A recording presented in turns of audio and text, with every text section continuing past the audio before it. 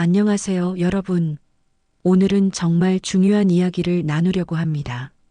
제가 은행에서 30년 넘게 일하면서 안타깝게도 너무나 많은 어르신들이 알지 못해서 고생하는 금융 정보들이 있습니다.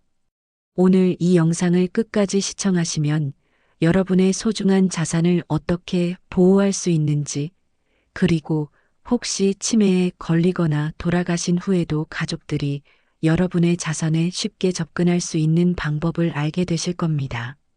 제가 은행에서 근무하며 직접 경험한 사례들을 중심으로 말씀드릴 테니 메모하실 준비도 해두시면 좋겠습니다. 특히 60세 이상이신 분들, 그리고 부모님을 모시는 자녀분들은 꼭 끝까지 시청해 주세요. 김수범 할아버지의 이야기로 시작해 볼게요. 평생 열심히 일하셔서 3억 원의 예금을 모으신 김할아버지는 갑작스러운 치매 판정을 받으셨습니다. 병원비와 요양원 비용이 필요했지만 가족들은 그의 통장에서 돈을 인출할 수 없었습니다. 왜 그랬을까요? 또 다른 사례로 박순자 할머니는 갑작스럽게 돌아가셨는데 평소 자녀들에게 통장에 돈이 있다고만 말씀하셨을 뿐 정확한 은행이나 계좌번호를 알려주지 않았습니다. 결국 자녀들은 모든 은행을 돌아다니며 어머니의 계좌를 찾아야 했고 그 과정에서 상속세 신고, 기한도 놓쳐 추가 세금까지 내야 했습니다. 이런 사례들 정말 안타깝지만 은행 창구에서 종종 벌어지고 있는 현실입니다. 하지만 이런 비극은 사전에 준비하면 충분히 예방할 수 있습니다. 그럼 지금부터 여러분의 노후 자산을 지키는 필수 정보들을 하나씩 알려드리겠습니다. 이 영상이 도움이 될 것 같으시다면 지금 바로 구독과 좋아요 버튼 눌러주세요. 자, 이제 본격적으로 시작해 볼게요. 여러분, 사실 은행에는 여러분이 직접 물어보지 않으면 절대 알려주지 않는 제도들이 많습니다. 왜 그럴까요? 은행 직원들이 나쁜 사람들이라서가 아닙니다. 단순히 업무가 너무 많고 모든 고객에게 모든 제도를 설명하기에는 시간이 부족하기 때문이요. 또한 일부 제도들은 은행 입장에서는 수익이 줄어드는 요인이 되기도 합니다. 예를 들어 2023년부터 시행된 금융보호자 지정제도는 많은 분들이 아직 모르고 계신 제도입니다. 이 제도는 본인이 치매나 인지장애로 금융거래가 어려워졌을 때 미리 지정한 보호자가 본인을 대신해 금융거래를 할 수 있게 해주는 제도입니다. 하지만 은행에 가서 계좌를 개설할 때 이 제도에 대해 설명해주는 직원은 거의 없습니다. 또 다른 예로는 후견 제도가 있습니다. 이미 치매 등으로 의사결정 능력이 저하된 경우 법원의 후견인 선임을 신청할 수 있는 제도인데요. 이 과정은 복잡하고 시간도 오래 걸립니다. 그런데 사전에 후견 계약을 체결해 두면 훨씬 수월하게 진행할 수 있습니다. 하지만 이 역시 은행에서 적극적으로 안내하지 않는 정보죠. 제가 근무하던 은행에서 만났던 이춘자 할머니 사례를 말씀드릴게요. 이 할머니는 평생 모은 5억 원을 자녀들에게 골고루 나눠주고 싶어 하셨습니다. 하지만 치매 증상이 심해지면서 통장 비밀번호를 자꾸 잊어버리시고 결국 자신의 돈을 찾을 수 없게 되었습니다. 만약 사전에 금융보호자를 지정해 두었더라면 이런 불편함 없이 자녀들에게 유산을 남길 수 있었을 텐데 말이죠.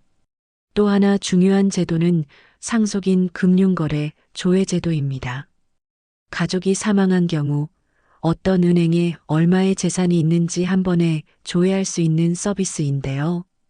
이 제도 역시 많은 분들이 모르고 계십니다.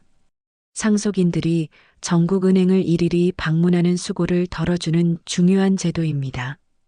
이제 이런 제도들을 하나씩 자세히 알아보도록 하겠습니다. 금융보호자 지정제도의 중요성. 금융보호자 지정제도는 본인이 인지능력이 저하되었을 때를 대비해 미리 신뢰할 수 있는 사람을 금융보호자로 지정해두는 제도입니다.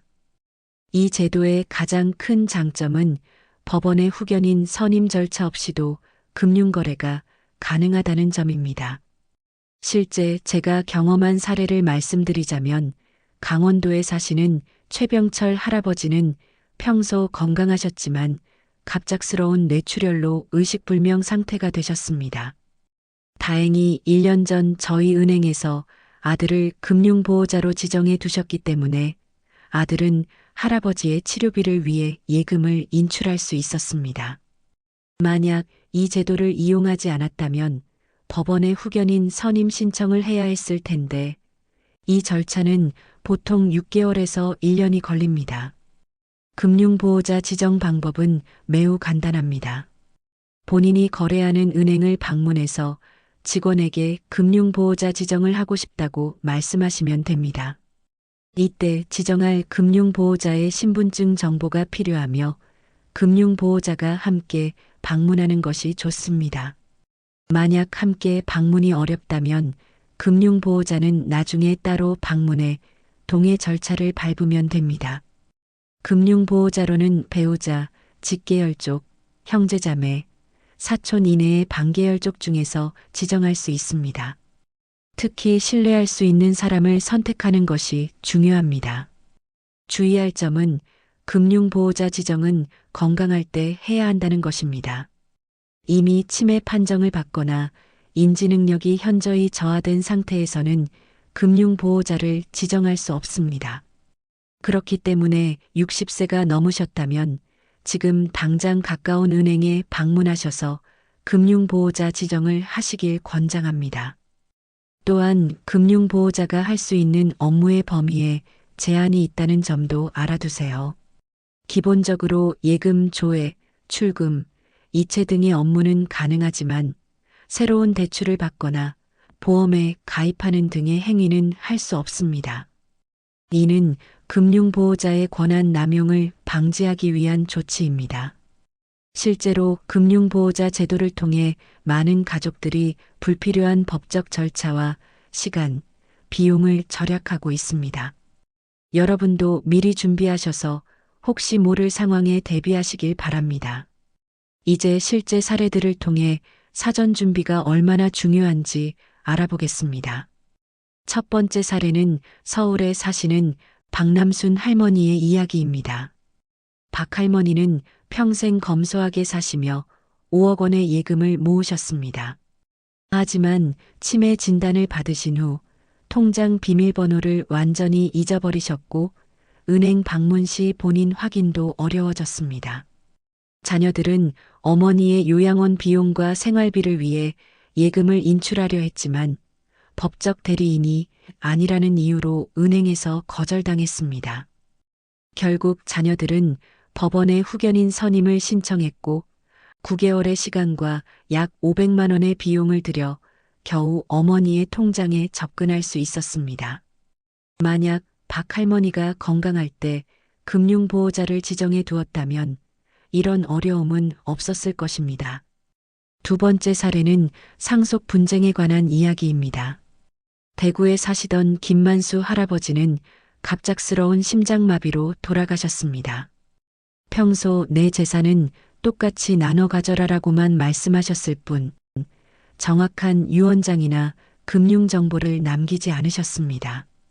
김할아버지에게는 3명의 자녀가 있었는데 장남은 생전에 아버지가 장남인 자신에게 제일 많이 물려주기로 약속하셨다고 주장했고 다른 자녀들은 이에 반박했습니다.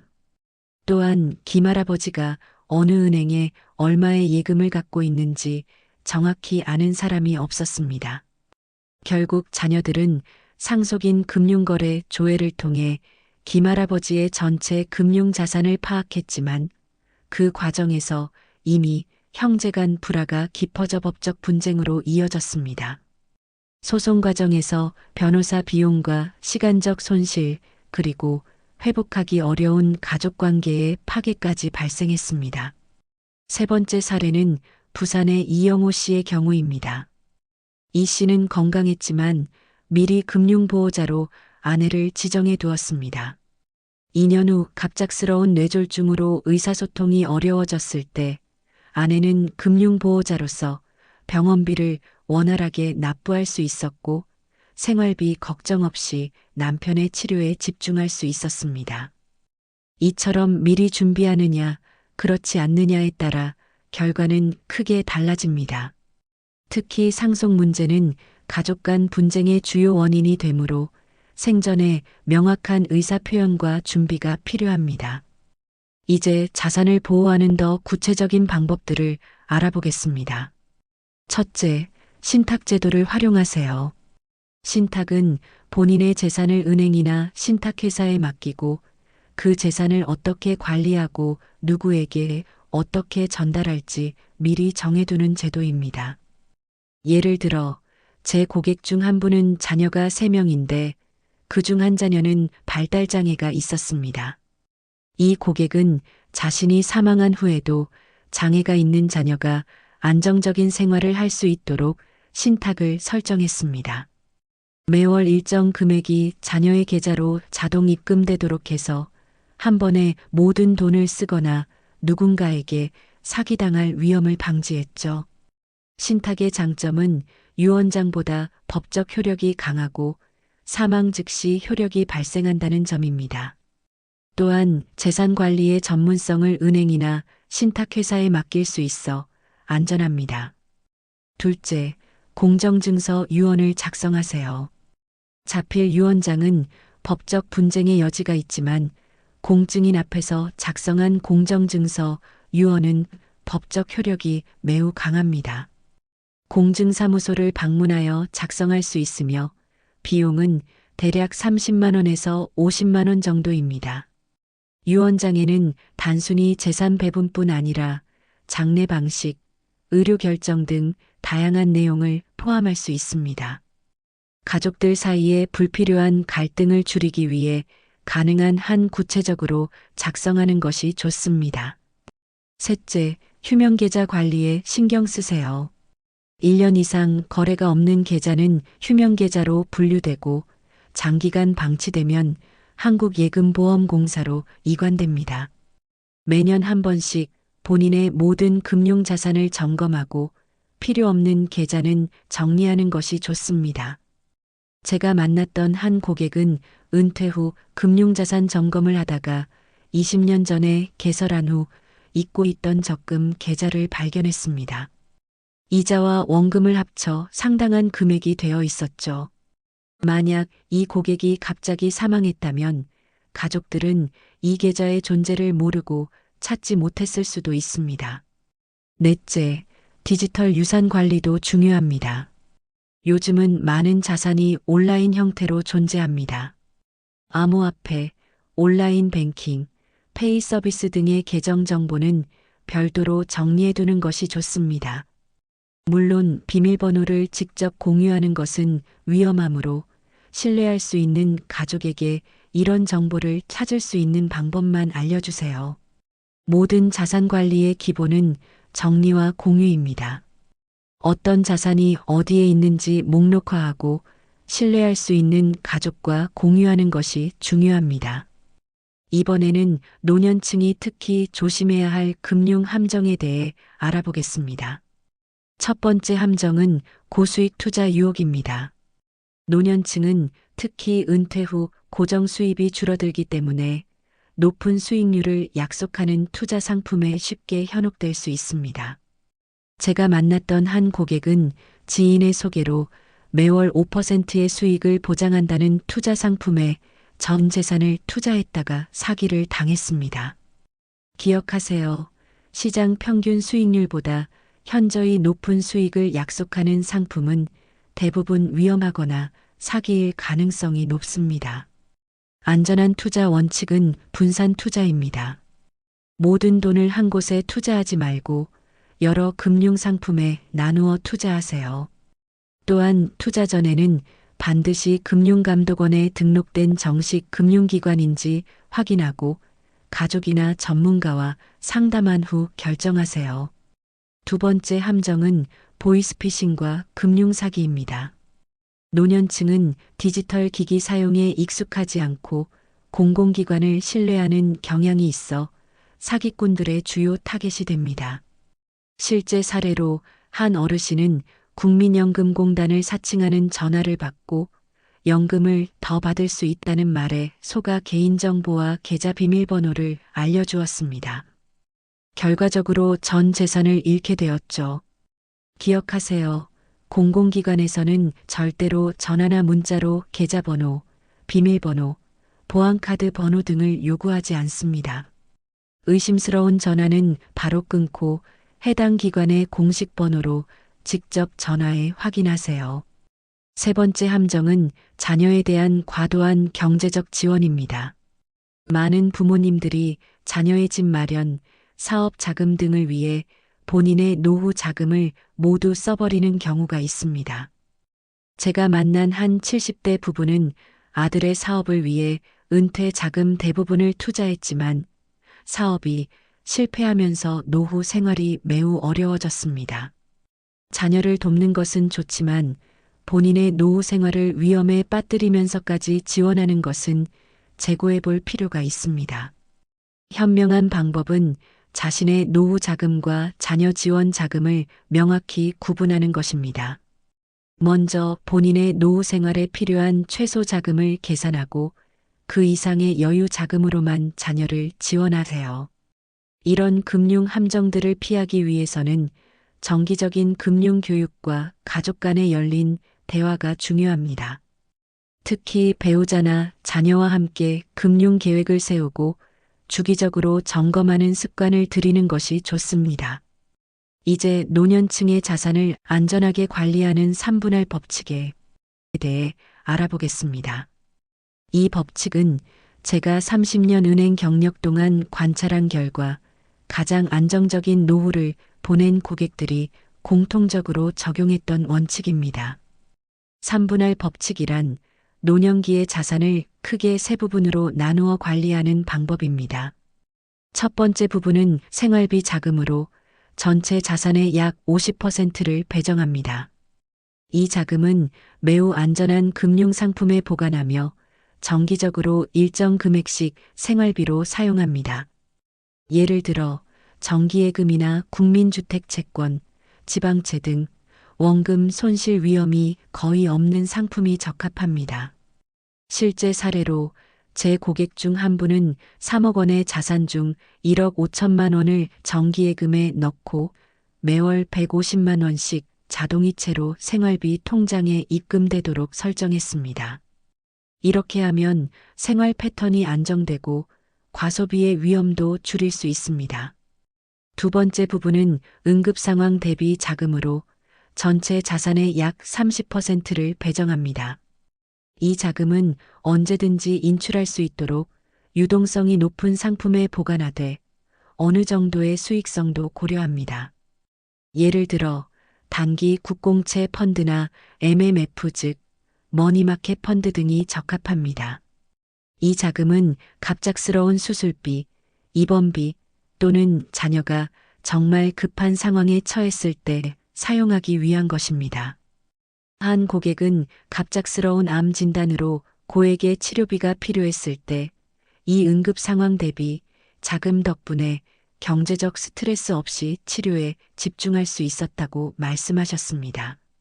세 번째 부분은 유산 자금으로 전체 자산의 약 20%를 배정합니다.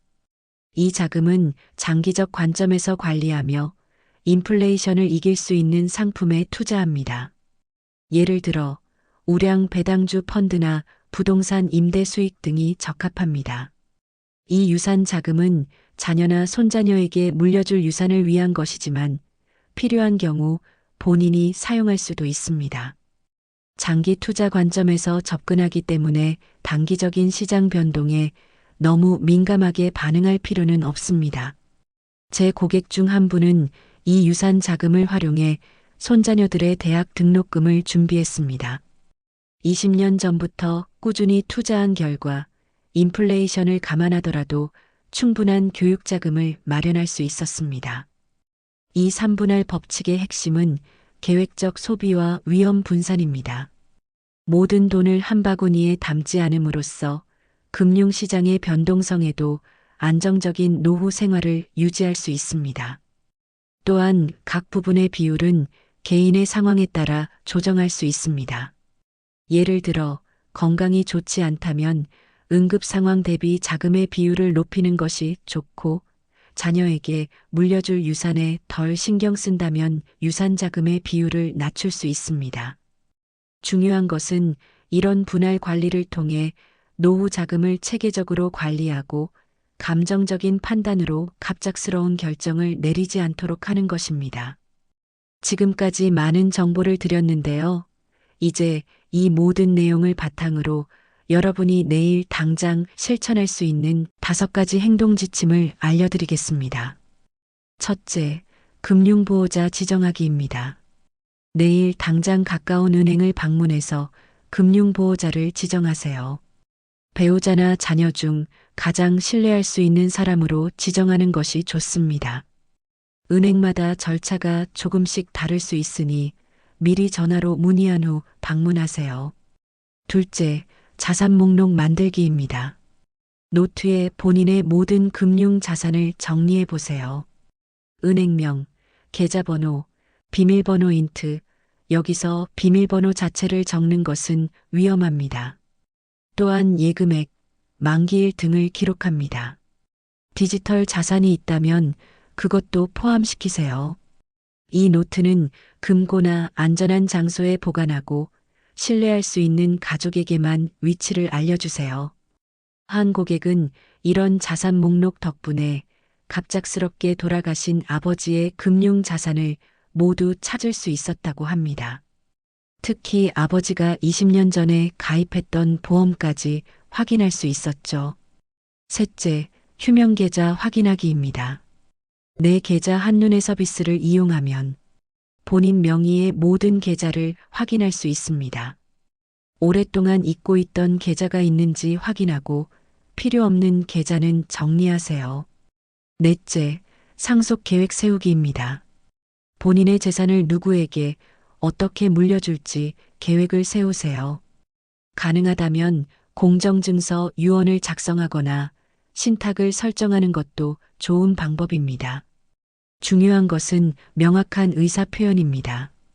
한 고객은 유언장 없이 돌아가신 어머니의 유산을 두고 형제들이 서로 크게 다투었는데 그 과정에서 가족관계가 완전히 깨졌다고 합니다. 어머니가 생전에 명확한 의사 표현만 해두셨더라도 이런 일은 없었을 것이라고 안타까워하더군요. 다섯째, 금융 교육받기입니다. 은행이나 금융감독원에서 제공하는 노년층 대상 금융 교육 프로그램에 참여해 보세요. 디지털 금융이 빠르게 발전하는 시대에 지속적인 학습이 중요합니다. 이런 행동 지침들은 하루 만에 모두 완료하기는 어렵겠지만 한 달 안에 하나씩 실천해 보세요.